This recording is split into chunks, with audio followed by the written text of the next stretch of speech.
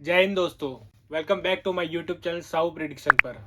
तो दोस्तों अभी जैसा कि आपने मैच देखा होगा लखनऊ का और बेंगलोर के साथ।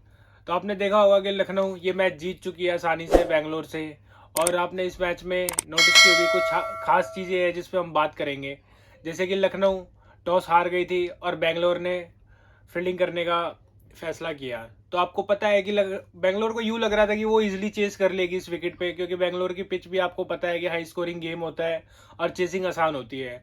और उनके पास फिर कुछ नामी खिलाड़ी भी हैं जिनके भरोसे वो सोच रहे थे कि हम चेस ईजी कर लेंगे।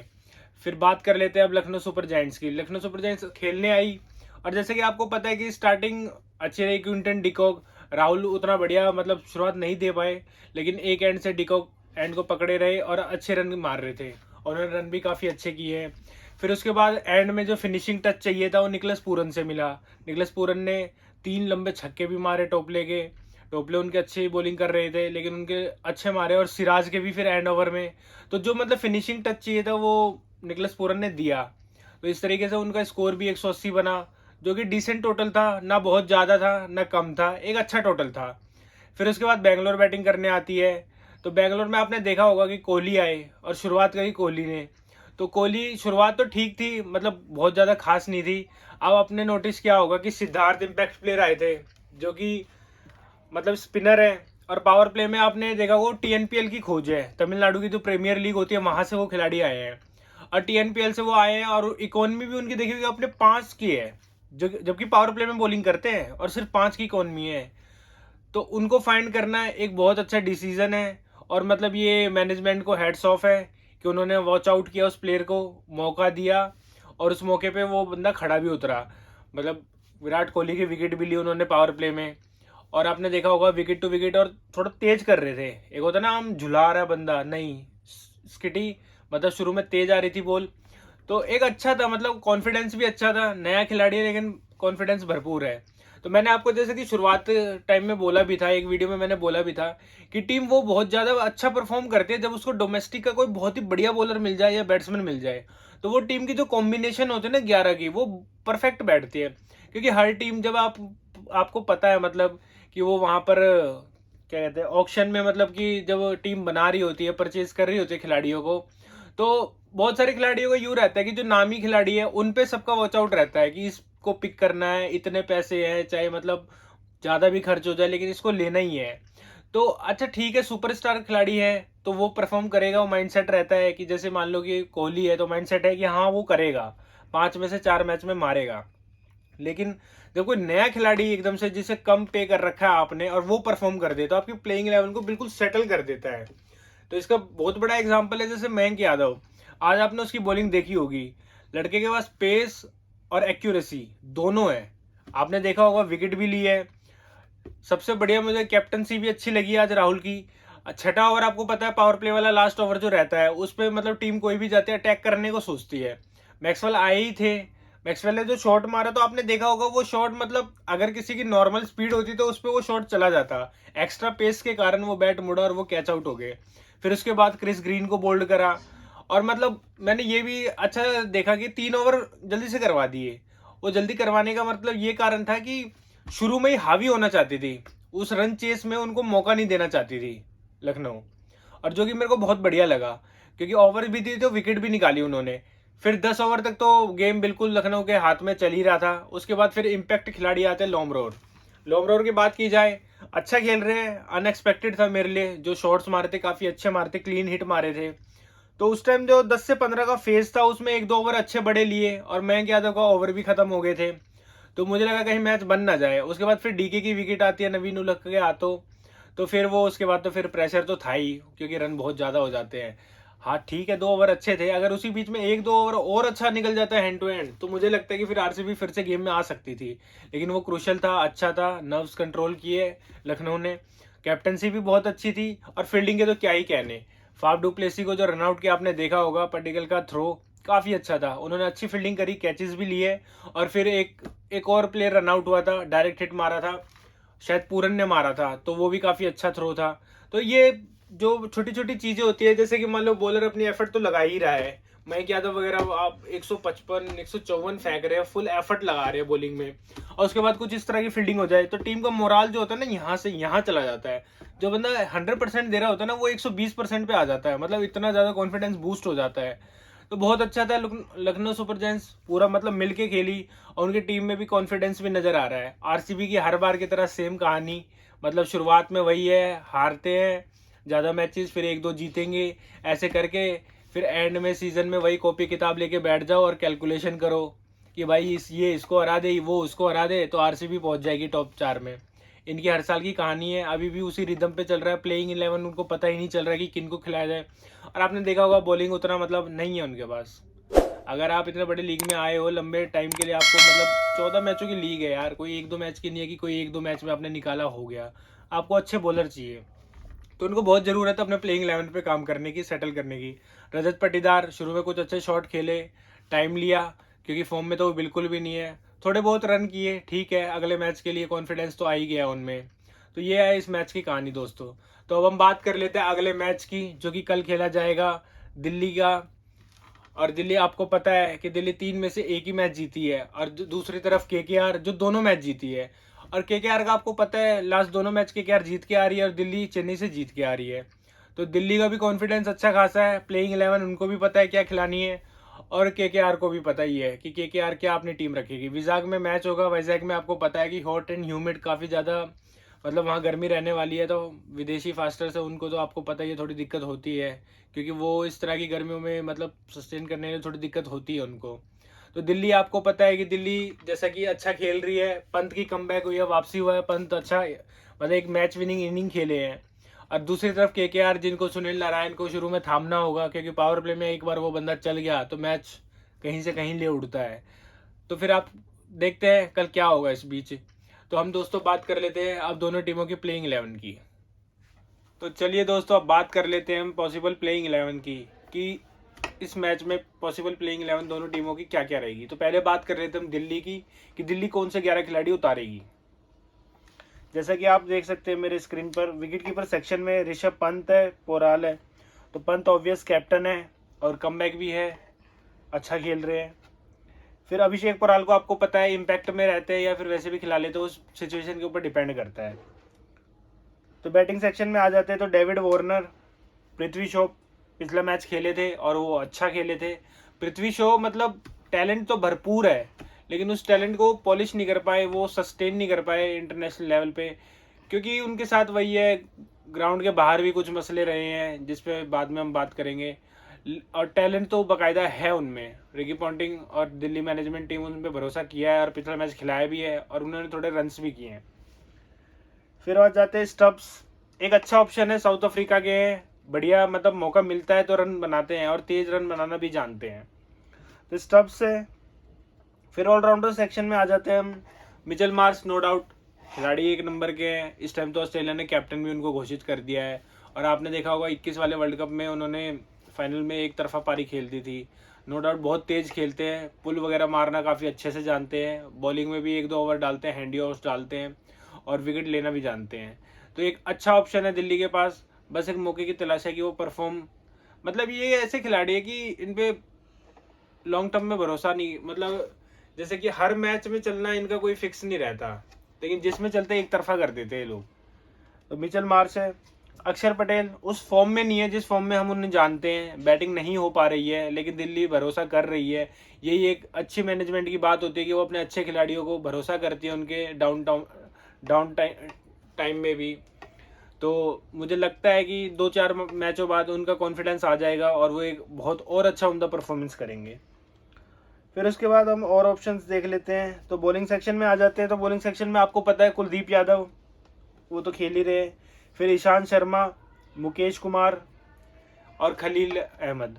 तो आपको पता है कि विशाखापट्टनम की पिच फास्टर्स को सूट करती है, और लास्ट में जो बॉलरों का शफल था कैप्टन के द्वारा वो काफ़ी अच्छा था। अब मुकेश कुमार बाद में आए थे, 2 विकेट ले गए, अहम विकेट थी वो दोनों, तो वो काफ़ी सही बॉलिंग थी और मूव भी काफ़ी अच्छा था कि उन्हें बाद में कराया जाए। फिर खलील अहमद जो शुरू में आए, अच्छी पेस से आए, रिदम से आए, एंगल क्रिएट करके बॉलिंग किया और अराउंड से फेंका उन्होंने। तो आपने देखा एक राइटी के लिए एंगल बनता है, तो वहाँ से बॉल उन्होंने काफ़ी बीट कराई और अच्छे पेस से कैरी भी कर रही थी। तो अच्छी बॉलिंग करी, स्पेल बहुत अच्छा था 3 ओवर का, 3 ओवर शुरू में डलवाए थे उन्होंने, तो वो मोमेंटम भी आया उनके पास। तो यही है कि दिल्ली के 11 अच्छे थे पिछली बार, और मुझे लगता है कि सेम टीम से ही जाएगी दिल्ली इस बार भी, और पिछला मैच जीत के आई है, तो काफ़ी उम्मीदें हैं इस मैच में भी। तो यही है फिर पॉसिबल प्लेइंग 11 दिल्ली की। चलिए दोस्तों, अब बात कर लेते हैं हम ओपोनेंट केकेआर की, कि केकेआर के प्लेइंग 11 क्या रहेगी। तो जैसा कि आप स्क्रीन पे देख सकते हैं, विकेट कीपर सेक्शन में गुरबाज, भरत और फिल सॉल्ट। आपको पता है Phil Salt last season Delhi से खेले थे, लेकिन इस सीजन केकेआर ने उनको अपनी टीम में लिया है, और केकेआर के लिए वो खेल भी अच्छा रहे। केकेआर मैनेजमेंट ने गुरबाज से ऊपर रखा उनको, और भरोसा भी जताया उन पे, और उन्होंने वो भरोसे पे कायम भी उतरे। आपने इनिंग देखी होगी, पहले मैच में 50 भी करी थी उन्होंने, और सही है, सदी हुई इनिंग खेलते, शुरुआत अच्छी देते हैं। तो फिल सॉल्ट है। फिर बैटिंग ऑप्शन में आ जाते हैं, तो श्रेयस अय्यर, जैसा कि आपको पता है कैप्टन है, पिछले में मतलब एंड में आए थे, थोड़े बहुत रन किए थे, तो कॉन्फिडेंस ऑब्वियस है आया होगा, तो श्रेयस अय्यर है। फिर रिंकू सिंह, एक लॉन्ग टाइम इन्वेस्टमेंट थी केकेआर की रही है, अब रिटर्न ऑफ इन्वेस्टमेंट की बारी आ चुकी है, और वो अच्छा वो कर भी रहे परफॉर्म, वो इन्वेस्टमेंट का पूरा मतलब फ़ायदा या फल कह सकते हैं आप, वो दे रहे हैं केकेआर को। तो रिंकू सिंह हो गए ऑप्शन, वो खेल रहे हैं। और वेंकटेश्वर अय्यर लेफ्टी है, अपना वन डाउन आ जाते हैं, नीचे आ जाते हैं, जो भी मिडिल ऑर्डर में संभाल के खेलते हैं। सही है, तेज खेलना तेज भी खेल लेते हैं, कोई दिक्कत नहीं है, वो तो बढ़िया खिलाड़ी है। बैटिंग में यही है। ऑलराउंडर सेक्शन में आ जाते हैं, तो ऑलराउंडर सेक्शन में रसल, नो डाउट रसल को तो कोई बिठाना ही नहीं चाहेगा, क्योंकि जब वो अपने फुल फ्लो में रहता है बंदा, तो वो एक तरफा ही कर देता है मैच को। और रसल इस टाइम बॉलिंग भी कर रहे हैं। सबसे प्लस पॉइंट बात है कि पिछले कुछ टाइम में फिटनेस के कुछ इशू थे, लेकिन अब वो बॉलिंग भी कर रहे हैं केकेआर के लिए। अब बॉलिंग कर रहे हैं तो अच्छी बॉलिंग कर रहे हैं, दिमाग से कर रहे हैं, विकेट लेके दे रहे हैं। अब बैटिंग का जब मौका मिला था तो उन्होंने छक्के भी मारे थे। तो रसल है। फिर नारायण के क्या ही कहने, जब वो बैटिंग करता है बंदा, तो शुरू के 6 ओवर में एक तरफा कर देता है गेम को। वो मतलब उसको भेजते ही इसलिए कि भाई तू आउट होगा तो आउट होगा, कोई दिक्कत नहीं है, लेकिन जब वो मारता है तो वो एक तरफा ही कर देता है। तो ये मैनेजमेंट की तरफ से एक प्लेयर को बताया जाता है कि तुम्हें विकेट के लिए कोई टेंशन नहीं लेनी है, कि तुम आउट भी होगे तो कोई तुम्हें क्रिटिसाइज करेगा, ये वो कोई दिक्कत नहीं है। मान लो उसे एंड में भेजेंगे, एंड में वो 10-12 रन जोड़ रहा है, इससे बड़ा शुरू में रिस्क लेके, मान लो रिस्क फ्री क्रिकेट खेल रहा है वो बंदा, आ रहा है 6 ओवर में 60-70 कर दे रहा है, वो बहुत ज़्यादा हो जाते हैं। वो क्रिएट, अगर 200 का टारगेट भी आपको मिला है ना, और 6 ओवर में 80 करवा दे रहा है, तो वो बहुत डिफरेंस क्रिएट कर देता है। और उसकी बैटिंग का स्टाइल आपने देखा ही होगा, वो इसी तरीके से खेलता है, मारेगा तो पूरा ही भर देगा एकदम से ही, और नहीं तो फिर वो शुरू में आउट होकर निकल लेगा। अच्छा है, मैनेजमेंट अच्छा यूज़ कर रही है, सबसे बढ़िया बात। सबसे पहली बार बीबीएल में यूज़ किया था उसको एज अ ओपनर, उसके बाद फिर गंभीर ने ट्राई किया, और वो उनके लिए काफ़ी अच्छे रिजल्ट्स भी पैदा कर रहा है। फिर सुधाकर रॉय, पिछले मैच में आपने देखा था कि 2 ओवर डलवाए थे, अब वो 2 ओवर भी बहुत अच्छे डाले थे उस बंदे ने, जब मतलब रन्स जा रहे थे टीम के तब आया था। वो 2 ओवर में रन डाउन करे तो रन रेट मोमेंटम डाउन हुआ था टीम का, तो ये एक अच्छा ऑप्शन है। फिर बॉलिंग में आपको पता है मिचेल स्टार्क उस तरह की परफॉर्मेंस नहीं दे पा रहे जिस तरह से उनका नाम है और जिस तरह से उन्हें पैसे मिले गए हैं। लेकिन कई बार क्या हो जाता है कि जब आपकी इन्वेस्टमेंट किसी चीज़ पे बहुत ज़्यादा हो जाती है, तो आप चाह के भी उसे बिठा नहीं सकते, क्योंकि आप उस पर इतना पैसा लगा चुके हैं। कोई बिठाने के तो पैसे देगा नहीं, आपको पता ही है। 24-25 करोड़ रुपए आप किसी को दे रहे हो, तो जाहिर सी बात है आप उसे खिलाओगे। परफॉर्मेंस नहीं आ रही है, लेकिन वो इंटरनेशनल लेवल का खिलाड़ी है, तो मैनेजमेंट को पूरा भरोसा है कि आज नहीं कल तो वो परफॉर्म करेगा ही करेगा। काफ़ी लीथल बॉलर है, बस समय की मांग है। अभी वो थोड़ा चल नहीं पा रहा है, लेकिन उस पर बहुत भरोसा है, और मैनेजमेंट को भी भरोसा है। एज ए क्रिकेट फैन हमें भी पूरा यकीन है कि वो चलेंगे किसी न किसी मैच में। फिर बात कर लेते हैं वरुण चक्रवर्ती मतलब एज अ मिस्ट्री स्पिनर आए, लेकिन उस हिसाब से वो 2021 के T20 वर्ल्ड कप में जब उनको लेके गई थी इंडिया दुबई, उसके बाद से उस बंदे का करियर डाउनफॉल ही हुआ है। मतलब एज अ मिस्ट्री स्पिनर लेके गए, फिर पाकिस्तान से इंडिया हार गई, तो उसके बाद उनका नाम थोड़ा दब गया, और उस हिसाब से बॉलिंग में भी नहीं हो पा रहा, उनसे पिक कर लेते हैं बंदे। फिर हर्षित राणा, इस सीजन में टॉप क्लास बॉलिंग चल रही है बंदे की, पूरी जान जोखिम मार, मतलब कंधा मारता बंदा, पूरी जान से बॉलिंग करता है। मतलब ऐसा नहीं लगेगा आपको कि आ रहा है वो अपना कोटा पूरा करने के चक्कर में, नहीं, वो फुल फ्लो में बॉलिंग करता, अच्छा है, रिदम अच्छा है अपना, मतलब जान लगा रहा है बॉलिंग में। तो ये एक अच्छी बात होती है किसी भी बॉलर के लिए और उस टीम के लिए, कि बंदा अपनी पूरी जान लगा रहा है। और हमारे पास एक ऑप्शन और है, तो एक ऑप्शन में हम देख लेते हैं, जैसे 10 है, एक ऑप्शन और है हमारे पास ऑलराउंडर सेक्शन में। बैटिंग में देख लेते हैं, बैटिंग में कोई रह तो नहीं गया।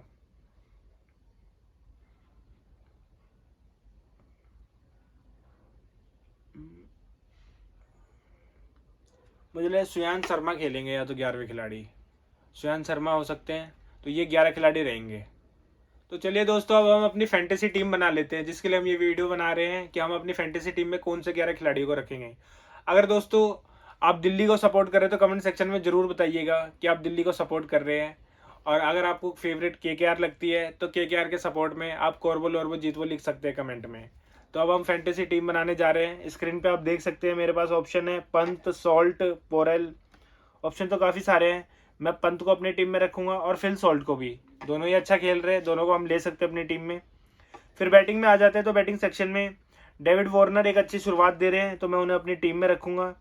फिर मैं वेंकटेश्वर अय्यर के साथ जाऊंगा और श्रेयस अय्यर को भी अपनी टीम में रखूंगा।